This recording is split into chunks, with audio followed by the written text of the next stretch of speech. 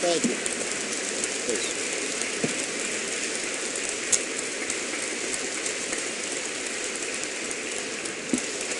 Hello, Boston.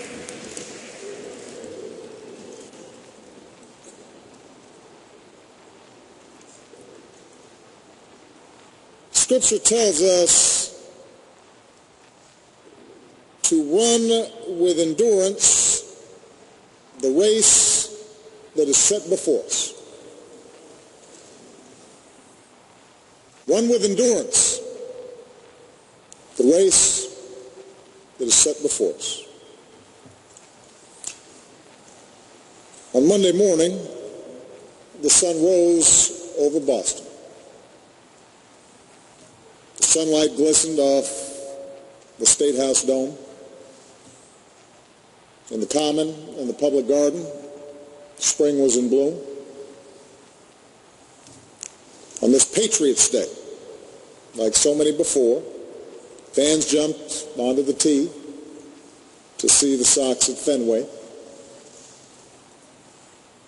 In Hopkinton, runners laced up their shoes and set out on a 26.2-mile test of dedication and grit and the human spirit. And across this city, hundreds of thousands of Bostonians lined the streets to hand the runners cups of water and to cheer them on. It was a beautiful day to be in Boston.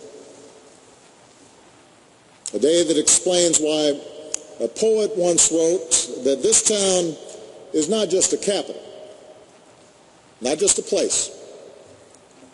Boston, he said, is the perfect state of grace.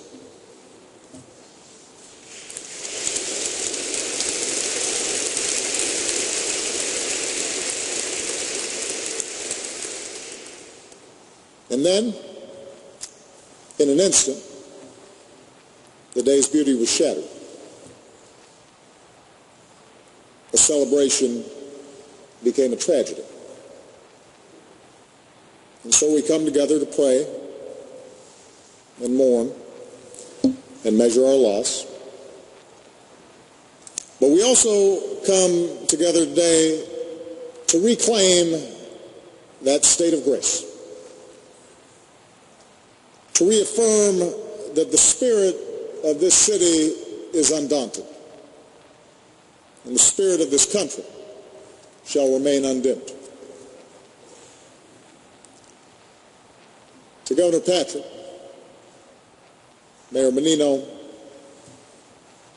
Cardinal O'Malley, and all the faith leaders who are here, Governors Romney, Swift, Weld, and Dukakis, members of Congress, and most of all, the people of Boston and the families who've lost a piece of your heart. We thank you for your leadership. We thank you for your courage. We thank you for your grace. I'm here today on behalf of the American people with a simple message. Every one of us has been touched by this attack on your beloved city. Every one of us stands with you. Because after all, it's our beloved city too. Boston may be your hometown, but we claim it too. It's one of America's iconic cities. It's one of the world's great cities. And one of the reasons the world knows Boston so well is that Boston opens its heart to the world. Over successive generations, you've welcomed again and again new arrivals to our shores. Immigrants who constantly reinvigorated this city and this commonwealth and our nation. Every fall, you welcome students from all across America and all across the globe. And every spring, you graduate them back into the world a Boston diaspora that excels in every field of human endeavor. Year after year, you welcome the greatest talents in the arts and science, research. You welcome them to your concert halls and your hospitals and your laboratories to exchange ideas and insights that draw this world together. And every third Monday in April, you welcome people from all around the world to the Hub for friendship and fellowship and healthy competition. A gathering of men and women of every race and every religion, every shape and every size. A multitude represented by all those flags that flew over the finish line. So whether folks come here to Boston for just a day or they stay here for years, they leave with a piece of this town tucked firmly into their hearts. So Boston's your hometown, but we claim it a little bit too. I know this.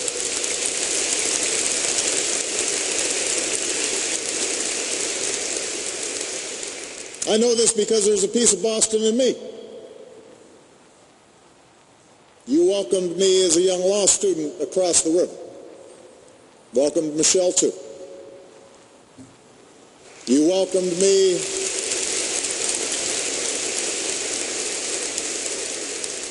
during a convention when I was still a state senator and very few people could pronounce my name right.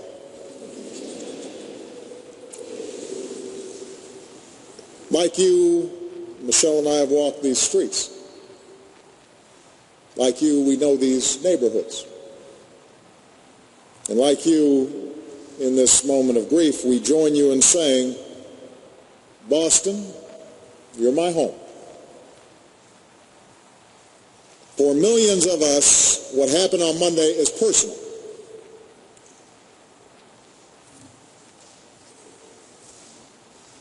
It's personal. Today our prayers are with the Campbell family of Medford. They're here today. Their daughter Crystal was always smiling. Those who knew her said that with her red hair and her freckles and her ever eager willingness to speak her mind, she was beautiful. Sometimes she could be a little noisy, and everybody loved her for it. She would have turned 30 next month. As her mother said through her tears, this doesn't make any sense. Our prayers are with the Liu family of China, who sent their daughter Lingzi to BU so that she could experience all that this city has to offer. She was a 23-year-old student, far from home, and in the heartache of her family and friends on both sides of the great ocean, we're reminded of the humanity that we all share. Our prayers are with the Richard family of Dorchester, to Denise and their young daughter Jane as they fight to recover. And our hearts are broken for 8-year-old Martin with his big smile and bright eyes. His last hours were as perfect as an 8-year-old boy could hope for, with his family eating ice cream at a sporting event. And we're left with two enduring images of this little boy, forever smiling for his beloved Bruins and forever expressing a wish he made on a blue poster board. No more hurting people. Peace. No more hurting people. Peace.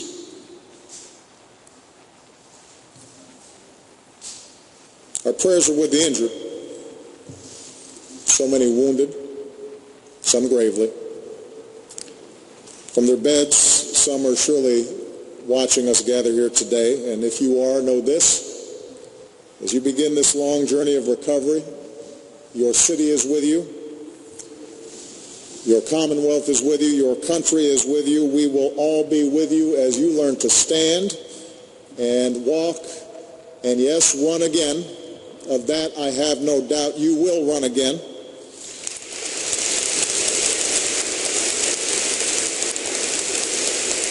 You will run again.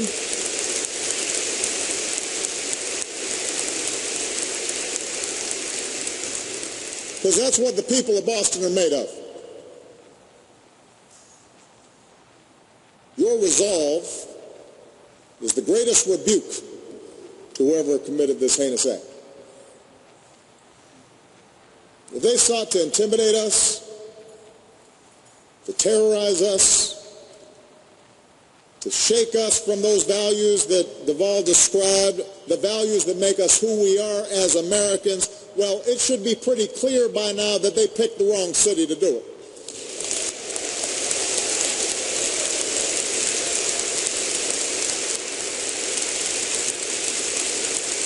Not here in Boston.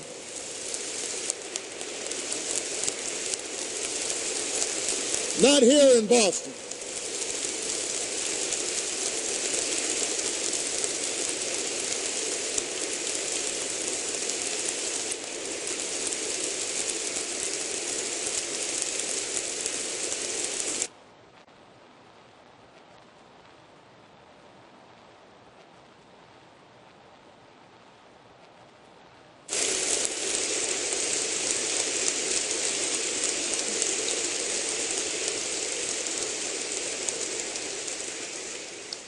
You've shown us, Boston, that in the face of evil, Americans will lift up what's good. In the face of cruelty, we will choose compassion. In the face of those who would visit death upon innocence, we will choose to save and to comfort and to heal. We'll choose friendship.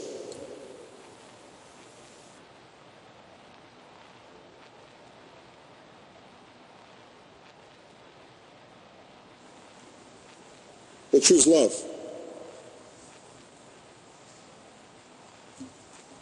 The Scripture teaches us God has not given us a spirit of fear and timidity, but of power, love, and self-discipline. And that's the spirit you've displayed in recent days. When doctors and nurses, police and firefighters and EMTs and guardsmen run towards explosions to treat the wounded, that's discipline. When exhausted runners, including our troops and veterans who never expected to see such carnage on the streets back home, become first responders themselves, tending to the injured, that's real power. When Bostonians carry victims in their arms, deliver water and blankets, line up to give blood, open their homes to total strangers, give them rides back to reunite with their families. That's love. That's the message we send to those who carry this out and anyone who would do harm to our people. Yes, we will find you. And yes, you will face justice.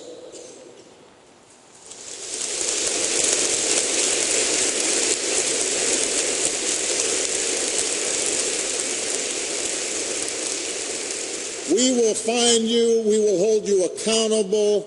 But more than that, our fidelity to our way of life, to our free and open society, will only grow stronger. For God has not given us a spirit of fear and timidity, but one of power and love and self-discipline. Like Bill Ifrit, 78 years old, the runner in the orange tank top who we all saw get knocked down by the blast, we may be momentarily knocked off our feet. But we'll pick ourselves up. We'll keep going. We will finish the race.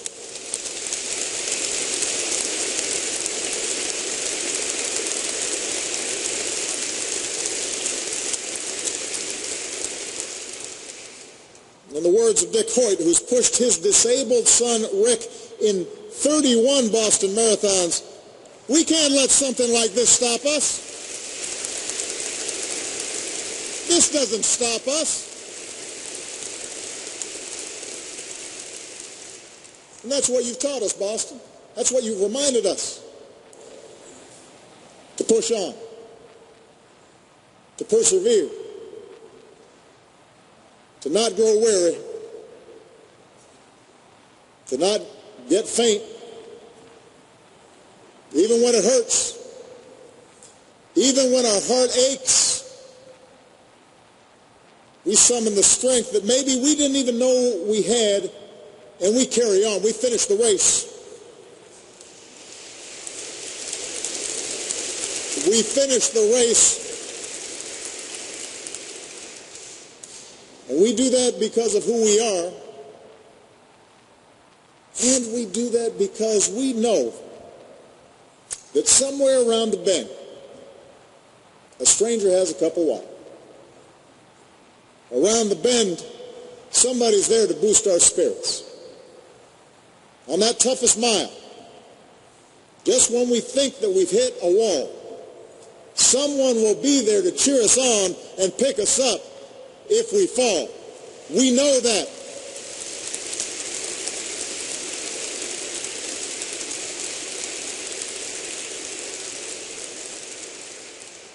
And that's what the perpetrators of such senseless violence, these small, stunted individuals who would destroy instead of build and think somehow that makes them important. That's what they don't understand.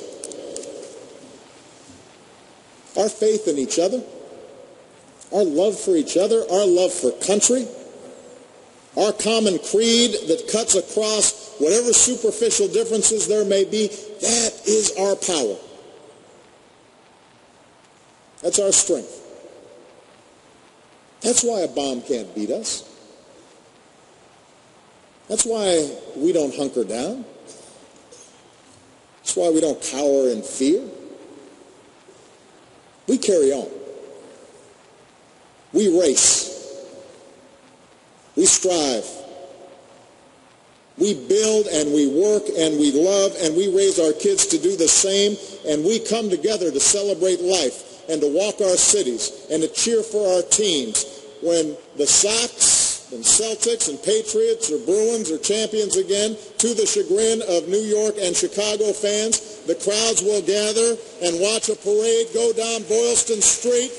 And this time next year, on the third Monday in April, the world will return to this great American city to run harder than ever and to cheer even louder for the 118th Boston Marathon.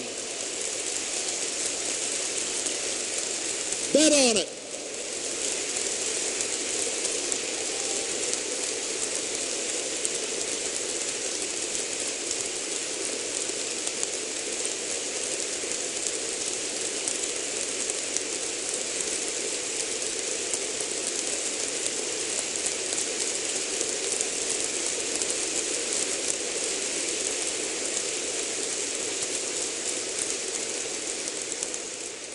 Tomorrow, the sun will rise over Boston.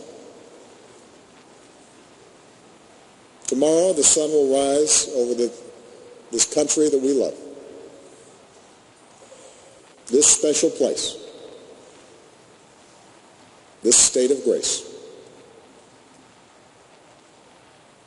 Scripture tells us to run with endurance the race that is set before us. As we do, may God hold close those who've been taken from us too soon. May he comfort their families. And may he continue to watch over these United States of America.